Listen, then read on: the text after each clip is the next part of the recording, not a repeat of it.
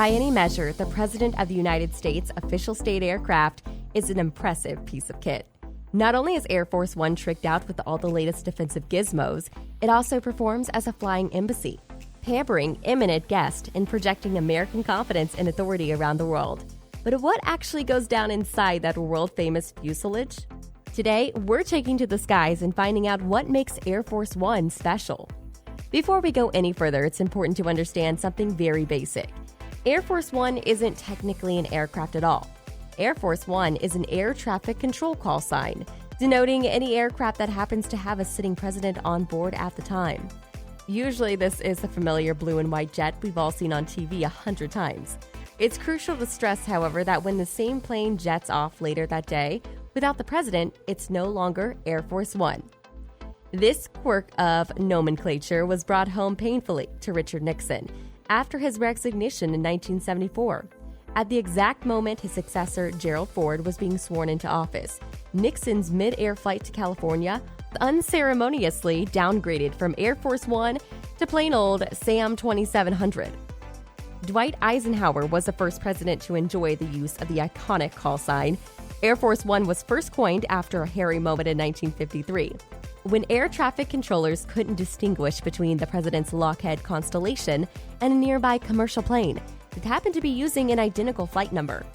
But it was President John F. Kennedy who did most to craft our modern notion of what Air Force One actually is.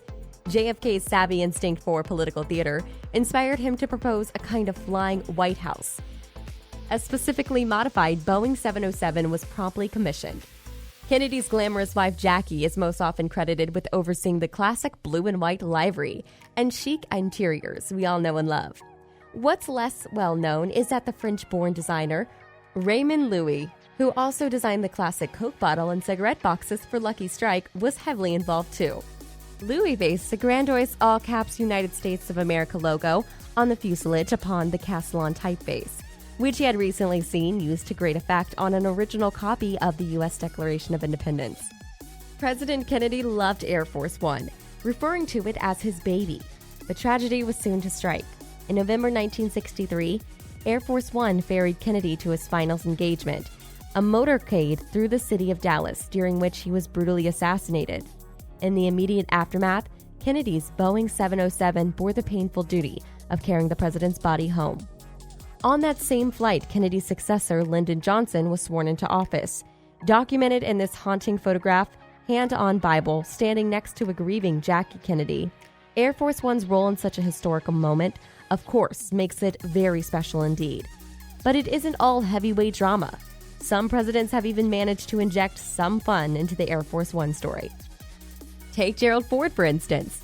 Every inch of man of the people. Ford was a huge fan of Coors beer.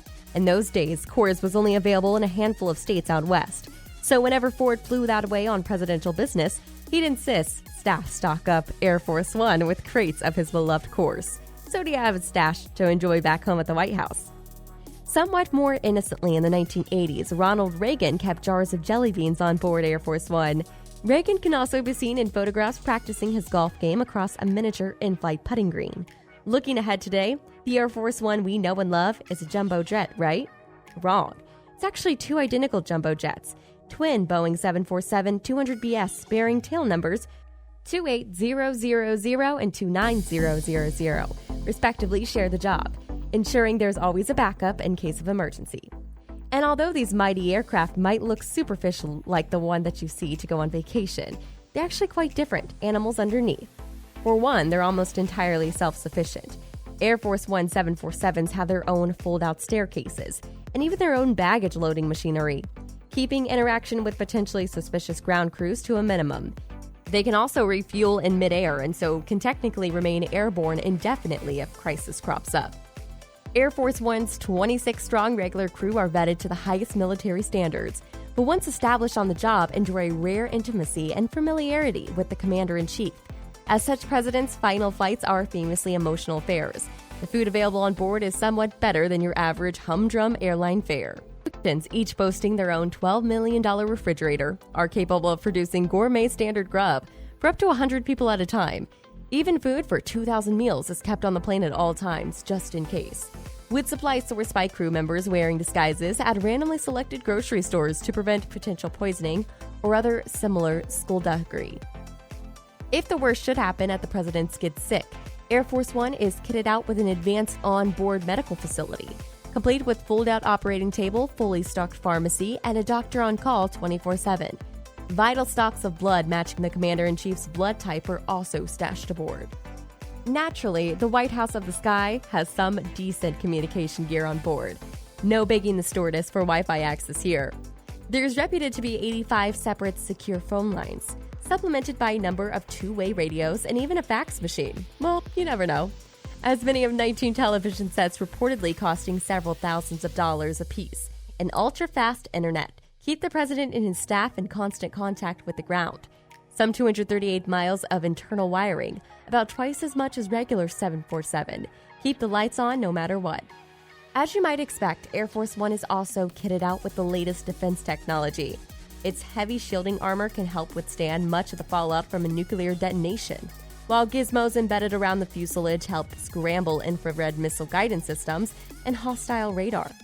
Not to mention the fact that Air Force One routinely ferries the infamous nuclear football around.